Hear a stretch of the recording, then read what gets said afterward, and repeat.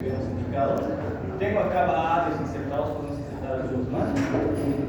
Y lo que estoy haciendo acá es justamente utilizar booleano para cambiar el orden respectivamente. En este caso, el cambiar el orden a mí me sirve para comparar si uno es mayor al otro.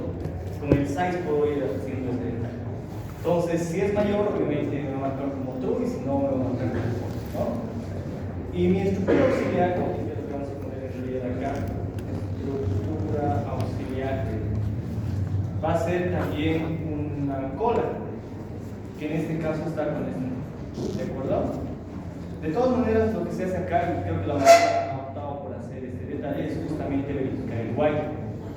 Con el while estamos verificando que ninguno esté vacío, bueno, que uno de los dos por lo menos no esté vacío, ¿no? Porque al utilizar el o, estamos verificando que este o este esté distinto de vacío. Entonces, si uno está vacío, el otro puede proseguir, ¿no? Hasta que ambos obviamente estén vacíos y se complete lo que es la estructura del juego. Acá lo que utilizo en el if es justamente cambiar el orden. Si es true, que quiere decir que lo de preferencia es mayor, pues va a entrar acá preferencia, y con el for estoy recorriendo de 0 a 2, ¿no? Para justamente agarrar dos elementos. Que lo que hace acá es justamente en lo que es esta otra cola auxiliar, lo está adicionando y está obteniendo con este de acá, con el pull, ¿sí? Ahora, es lo que les preguntaba a varios, ¿no? ¿Por qué estoy utilizando el pull? Y es igual a lo que les había proporcionado en el código anterior. Miren, hay unas pequeñas diferencias, no demasiado adelante, no demasiado marcadas, pero hay un punto donde sí se nota la diferencia. Tenemos este tipo entre el pull y el remove. En teoría hace lo mismo, en teoría, ¿no? Porque agarra el elemento y lo extrae. ¿Sí? En este caso, lo único que vamos a tener acá en cuenta es cuando la cola esté vacía. Este nos va a devolver un valor de null. Adelante, adelante. Nos va a devolver un valor de null, mientras que el otro va a tener un pequeño detalle al momento de que nos vaya a lanzar alguna excepción, como esta, ¿no? Esta excepción como tal. Entonces, cada uno va a agarrar en este caso, un tipo de error o un tipo de devolución que sea más apropiado de lo que tengamos. En este caso, nos conviene que nos devuelva lo que va a ser un null, porque obviamente no existe nada, ¿no? Entonces, tanto el pull como el remove nos sirve para hacer esa acción. Entonces, acá lo que está haciendo es justamente extraer el elemento que viene, el primer elemento que es sobre la cola, y lo adiciona a esta cola que tenemos de auxiliar, que es una cola auxiliar. Y acá, obviamente, después de extraer los dos de preferencia, extrae uno de lo que sería el de graderías, ¿no? Que igual se añade a la cola que está como sigue. Ahora, si no cumple con esta condición de que sea mayor, pasa a este else y hace al revés, que es lo que obviamente esperábamos que proceda, ¿no? Dos de gradería y uno de preferencia. ¿De acuerdo? Y acá lo único que estamos haciendo es agarrar la cola y vaciarla, ¿no? Vaciar la cola que está en orden. Entonces, dado ese caso, por ejemplo, acá tengo varios de preferencia. Yo lo estoy colocando de esta manera. En realidad no les había pedido que sea con objetos, y creo que muchos han optado por no hacerlo con objeto. Lo que estoy haciendo es colocar desde la persona 1 hasta n, ¿ya? En este caso hasta 15, y lo único que estoy haciendo es colocar, bueno, aparte que le coloco a la lista, a la cola que corresponde, le coloco acá gradería y preferencia para que vayamos viendo ese detalle. Y obviamente para que vayamos viendo el orden, porque en las colas no hay que olvidar que el orden es importante. No puedo hacer, por ejemplo, si bien se respetan dos graderías y una preferencia, no puedo hacer que estas dos graderías o estas dos entradas ingresen antes de estos dos. Tienen que ir en orden, ¿no?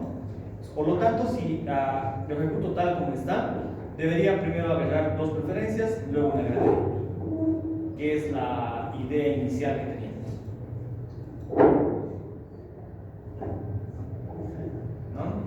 Preferencia, gradería, y al final las otras graderías que ya obviamente no ingresan. Pero en este caso está agarrando gradería, por ejemplo, 1, 2, 3 y acá 4, 5, 6, 7 para completar. Si yo ingreso acá, y es lo que les pedí a varios, que creo que algunos de ustedes no había funcionado, es que si yo copio, por ejemplo, esto de esta manera, unos 4, y lo podría copiar tal vez acá, ¿sí? es que esto vaya en orden, ¿no? Este debería ser, por ejemplo, lo voy a poner 16, solo para que vayamos viendo el orden. 18 y 19. Y estos van a ser graderías, ¿no? En este caso tenemos más graderías que preferencias, por lo tanto debería poder hacer el vuelco respectivo. Dos graderías, no preferencia, dos graderías, preferencia, ya hasta llegar hasta donde tenga que estar y obviamente terminar con el último elemento, que son en este caso que ya no tiene más graderías, y terminar con las preferencias, que es el número 15, ¿no? Y la última gradería que está acá es la 19, pero obviamente lo coloca por el orden que se está manejando, ¿de acuerdo? Que es un embudo, habíamos dicho, ¿no? Es una sola puerta por las cuales están ingresando.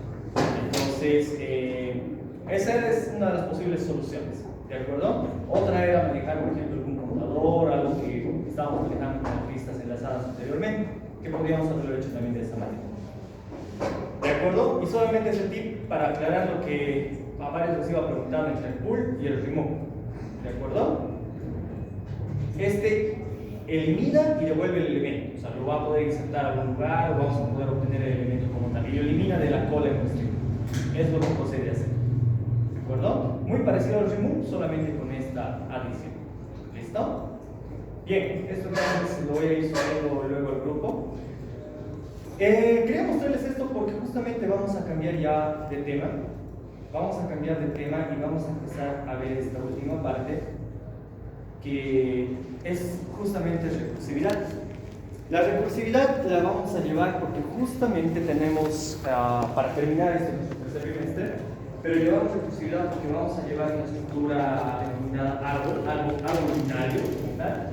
Y los árboles binarios utilizan recursividad para poder, obviamente, guardar todo lo que son los datos en su estructura, ¿ya? Entonces necesitamos conocer antes qué es recursividad.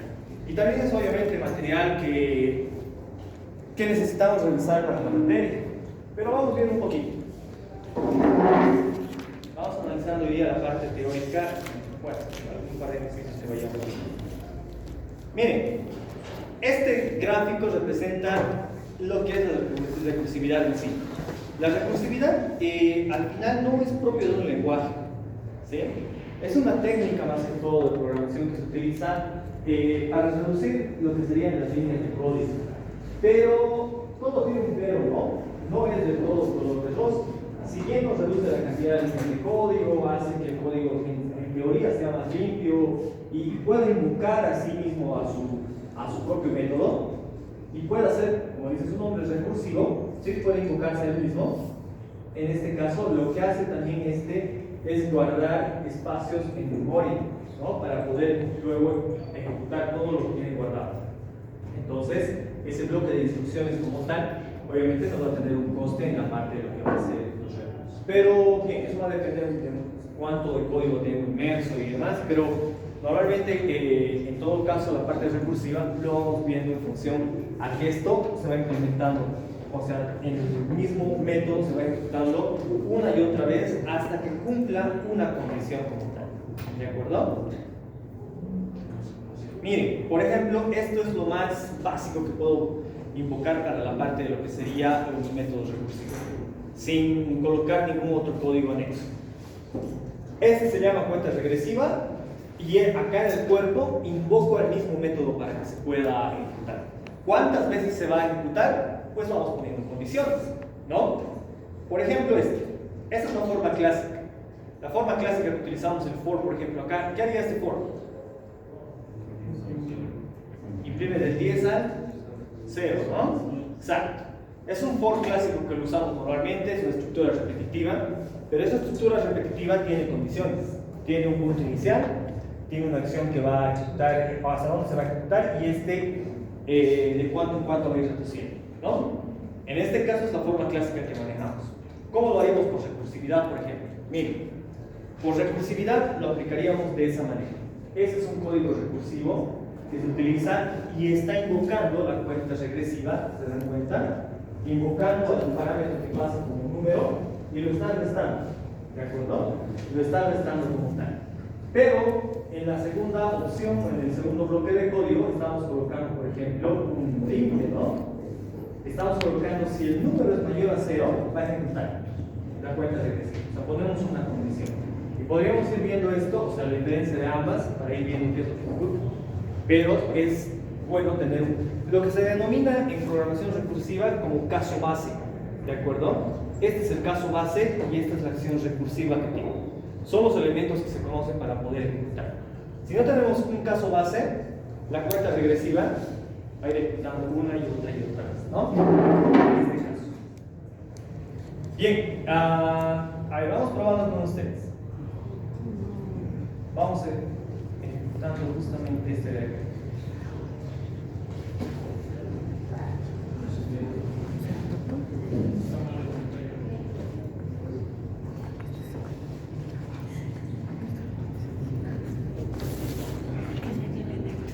Ahí estamos, ¿no? Bien, vamos cerrando este y vamos.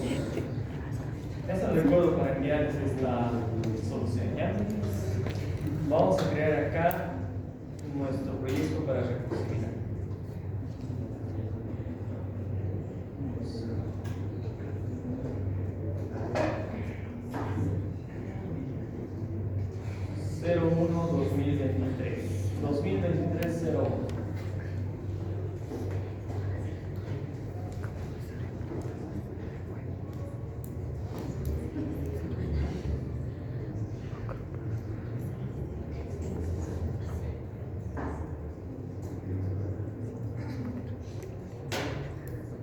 Bien, podemos hacerlo de esta manera.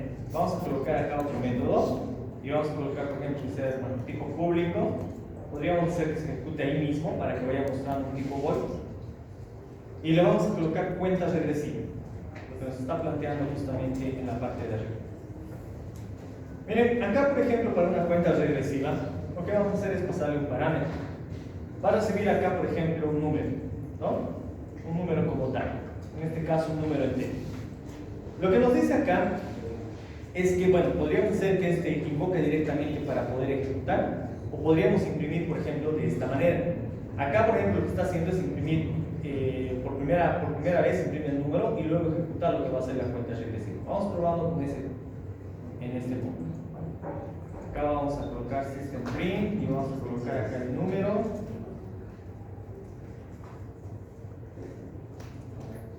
E invocamos, ¿no?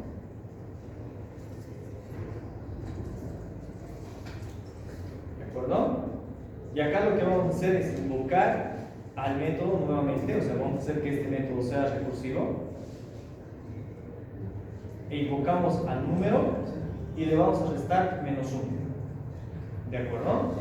Entonces veamos qué es lo que sale, ¿no? Acá en el main, bueno, este le vamos a colocar como static, si no nos va a dejar ejecutar. Acá vamos a invocar al método que es cuenta regresiva y le vamos a pasar, por ejemplo, un valor de 10, cualquiera.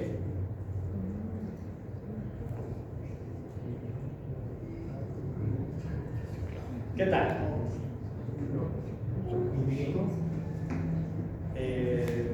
Hace que imprime hasta donde puede, ¿no? Y acá nos va a salir obviamente rojo. Tenemos que agarrar y detener este detalle. Vamos a cerrar la salida. Entonces, ¿por qué está pasando eso? Porque justamente lo que nos dice la teoría es que en los métodos recursivos debemos tener algo que se conoce como caso base y debemos tener algo que se conoce como caso recursivo. ¿De acuerdo? El caso recursivo obviamente va a ser esto, ¿no? Porque así lo estamos definiendo, estamos invocando el método y estamos imprimiendo. Pero el caso base, ¿cuál va a ser? El caso base yo voy a plantear si, por ejemplo, si el número que tengo o el número que está recibiendo, porque no se olviden que el primer número que recibe es 10. Cuando entra acá es 10 y obviamente va a pasar acá a imprimir. Pero este se va a ir restando, ¿no? Una y otra vez. Entonces yo quiero que el número llegue hasta el valor que sea mayor o igual a 0, por ejemplo. Mayor o igual a 0. Hago que este sea mi caso base y vamos a colocar el caso recursivo acá dentro. ¿De acuerdo? Dado ese caso, va a ejecutar ese método. Si no, obviamente no va a hacer.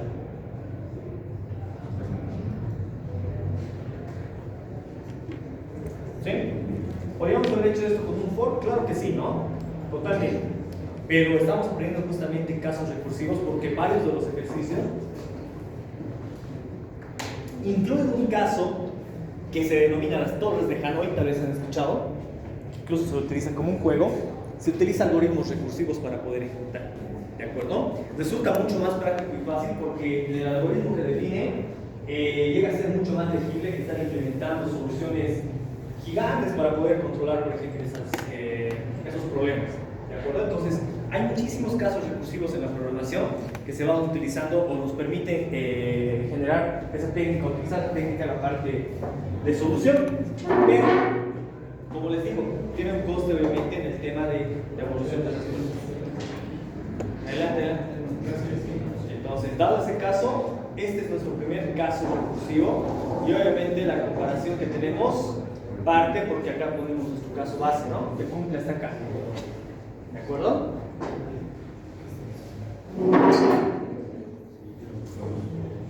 ¿Alguna duda o consultas acá? Okay.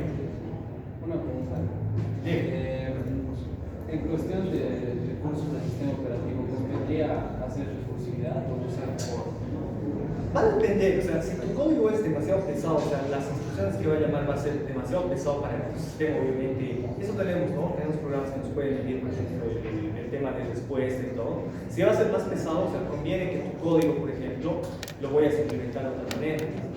Dado el caso de que, por ejemplo, la recursividad lo vayas a aplicar en un segmento que obviamente sea igual o menor, de la recursividad, ¿no? El código, el tipo de algoritmo que vas escribiendo llega a ser relativamente más legible que el código que escribes con las estructuras de ¿ya? Pero hay que ver, o sea, no es que uno sea mejor que el otro. Y también lo que tenemos que tener en cuenta, porque a veces nuestra tendencia es a pensar que Java es recursivo, ¿no? Solamente Java, y no es así. C#, Python, PHP, lenguajes de alto nivel nos permiten generar las recursividades, ¿de acuerdo? Entonces ustedes, con los lenguajes que pueden manejar, pueden implementar esas técnicas de recursividad. Bien. A ver, vayan intentando hacer las técnicas hasta ese punto. Vamos a aprovechar el llamar a la lista, creo que ya está la mayoría, no creo que doña Lucy los siga dejando ingresar, ¿no? Depende, seguro. Caseritos de doña Lucy son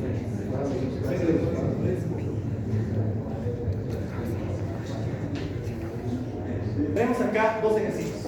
Vamos a hacer de estos dos. El primer ejercicio es el siguiente.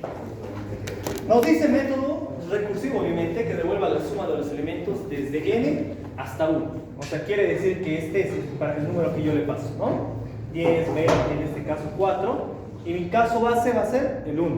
Va a llegar hasta acá. Y obviamente esto tiene que devolverme en el transcurso que vaya recorriendo, tiene que devolverme la suma. ¿Sí? Eso es recursivo. ¿Cómo harían eso? A ver, ¿intentan resolver? 3 minutitos para ustedes. Y obviamente yo lo resuelvo después. Para que vayamos bien. Tenemos que tener un caso base y un caso recursivo. ¿Cómo hacen que los elementos se vayan sumando y les vayan invocando su método recursivo? Estos dos somos de los básicos, más sencillitos que normalmente tenemos en la recursividad. ¿Sí?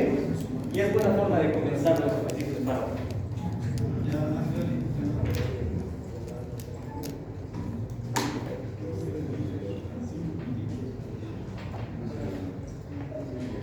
Tenemos esta clase el viernes que vamos a hacer más ejercicios, el martes, y estaríamos dando nuestra. A ver, por fechas. Estaríamos dando nuestro examen 22 de agosto, ¿no? El 25 hacemos ejercicios, el 29 igual, para el tema de dudas, y estarían dando ustedes su examen hasta el primero. Miren, estas 2 semanas vamos a tomar para hacer ejercicios y obviamente avance de recursividad, ¿de acuerdo? El día 8. El 8 de septiembre, por favor anótenlo para que no digan que no les he avisado. El 8 de septiembre tenemos examen de recursividad. Con eso vamos a concluir nuestro tercer trimestre. 2 semanas, un buen tiempo para que vayamos viendo ejercicios con ustedes. Tenemos que ver varios, torres de Hanoi, implementación de factoriales y unos cuantos ejercicios más claves que necesitamos conocer. ¿De acuerdo? El 8 de septiembre, nuestro examen de estructura de datos. Con eso habríamos concluido nuestro tercer trimestre, pero Como vamos a terminar el 8, examen de estructura de datos, vamos a tener la opción siguiente. Se supone que el 15 debemos entregar notas, pero el 15 es revisión con terceros, o sea que el 15 no vamos a tener clases posible, o vamos a tener, pero es 20 minutos, ¿no?, de clases. Es muy complicado poder pasar ese tiempo. Solamente para avisarles nota el 15, ¿de acuerdo? Y el 12 que sería igual a primera hora como hoy día, estaríamos dándoles la oportunidad a algunos compañeros que estén con baja nota. O sea, eso quiere decir que el 12 les aviso las notas que tienen y obviamente van a optar ustedes a dar alguna práctica para mejorar, sobre todo para los que tienen notas abajo de, en este caso, de 50, ¿ya? Pero si ustedes ya tienen nota de aprobación, obviamente ya no dan acá. Terminamos todo el día 8. En esta semana es muy posible que el 13, por ejemplo, sea el desfile y el 14 es feriado, ¿no? De hecho, estos 3 días, por ejemplo, ya están fuera de nuestro calendario. El 11 y el 12 es lo único que deberíamos ocupar, y obviamente para sus demás materias. Consideren mucho ese caso.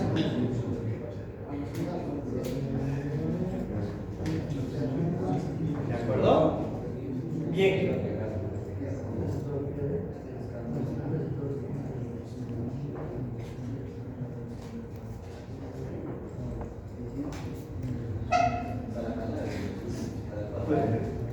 Lo que vamos a hacer acá es retornar. Le vamos a colocar acá uno de tipo entero. Vamos a retornar este como 1. Lo vamos a mostrar. ¿Sí? Entonces a este le vamos a colocar int acá para que nos retorne. Y este va a ser 1. ¿Por qué 1? Porque cuando llega el punto de que va a ser el elemento 1, o sea, va a ir incrementando, lo que va a hacer es retornarme 1 para poder sumar. ¿Y eso dónde va a estar? Justamente va a estar acá en el else. Acá en el else voy a colocar lo siguiente. Vamos a hacer un return, porque estoy colocando arriba de tipo entero, y voy a decirle acá que se vaya a sumar este número, el número que tengo, más la acción recursiva que tenga acá. Suma el número, ¿sí? Pero ¿cómo es que va a sumar ese elemento? Como estoy utilizando acá el mismo método suma número, a este tengo que ir decrementándolo de 1 en 1, ¿no? Si vamos revisando un poquito el caso, perdón, este es el número. Si vamos revisando un poquito el caso, lo que va a hacer acá es lo siguiente. Va a recibir el número y va a preguntar, ¿número es igual a 1? No, se va a pasar acá. Va a sumar este número, lo va a sumar invocando el método recursivo menos 1. O sea, si es 5, va a agarrar 5 más 4, ¿no? Y va a seguir haciendo eso una y otra vez hasta que encuentre este caso base que va a ser 1. Por lo tanto, va a agarrar y lo va a sumar con 1, ¿no? Entonces, ese caso me va a permitir a mí devolver el entero, y obviamente me va a devolver el entero, que va a ser entre el recorrido de sumas, me va a generar un número como tal, que va a sumar, ¿no? ¿Dónde lo vamos a incorporar eso? Acá arriba. Vamos a incorporar en un valor, por ejemplo, en un print, le voy a decir la suma de, y acá vamos a invocar a ese método, que es suma número,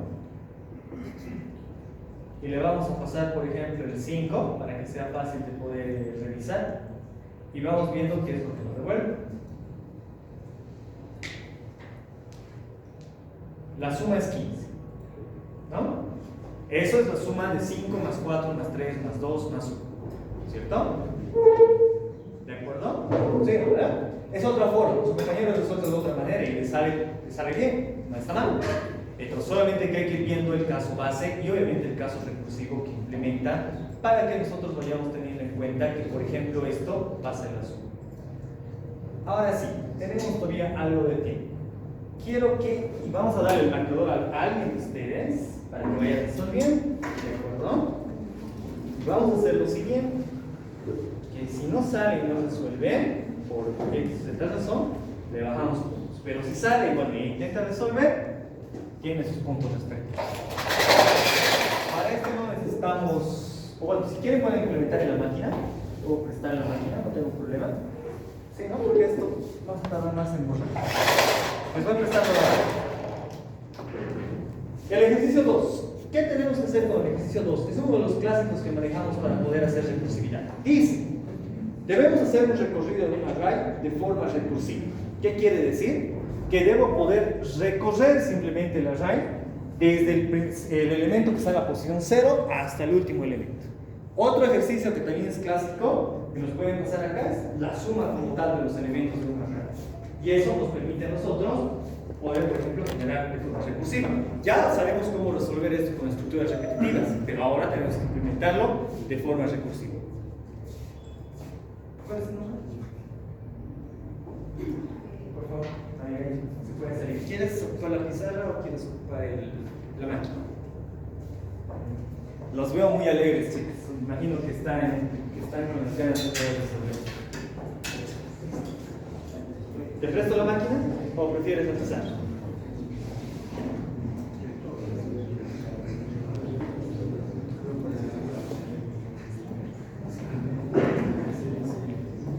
Ahí está mejor. Ya. Creo que el cable está. Ya, ahí creo que va mejor. Mira, cuando haces recursividad, puedes hacer es pasarle unos puedes pasarle más para empezar. ¿Ya? Acá tenemos esto.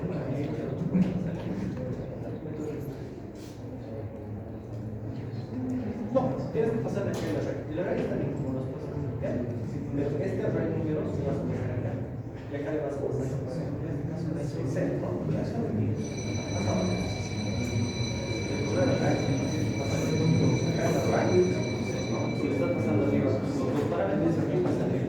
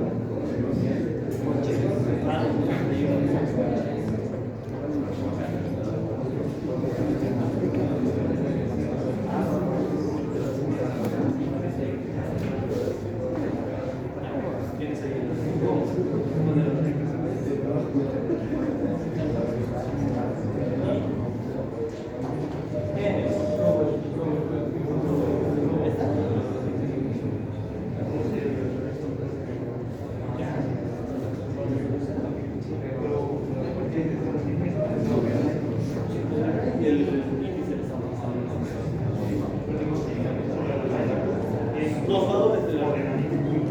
Los valores de la red. Solamente los valores. Ay, no, solamente los valores. Sí, los vas a poner desde 0 hasta. Miren eso.